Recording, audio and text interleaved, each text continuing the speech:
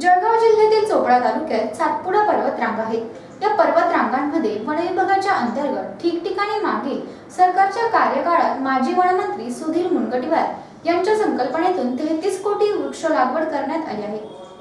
महाराष्ट्र राज्यातील वन विभागाच्या हद्दीत व इतर ठिकाणी हे वृक्ष लागवड करण्यात आले आहेत। परंतु वन विभागाच्या जंगलात अनेक प्रकारचे वृक्ष असतात। यापैकी काही वृक्ष शासनाने ठिकठिकाणी काढण्यासाठी मुभा दिली आहे आणि याचाच फायदा घेण्यासाठी काही अज्ञात व्यक्ती हे रात्री व दिवसाला वनवा लावण्याचा प्रकार करत आहेत। या प्रकारामुळे वन विभागानं लागवड केलेल्या लहान वृक्षांना त्या आगीमुळे होरपळून मृत्युमुखी पडत आहेत।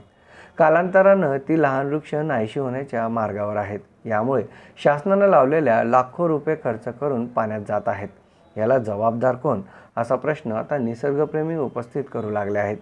यासाठी वन विभागाच्या अधिकाऱ्यांनी खास फायरमन म्हणून हंगामी पद्धतीनं माणसाची नेमणूक करावी अशी मागणी देखील होऊ लागली आहे। जळगाव जिल्ह्यातील चोपडा तालुक्यातील सातपुडा पर्वतरांगात हा प्रकार घडत आहे। याकडे शासनाला लक्ष द्यावं अशी मागणी निसर्गप्रेमींकडून होऊ लागली आहे। MDTV साठी आत्माराम पाटील, चोपडा प्रतिनिधी।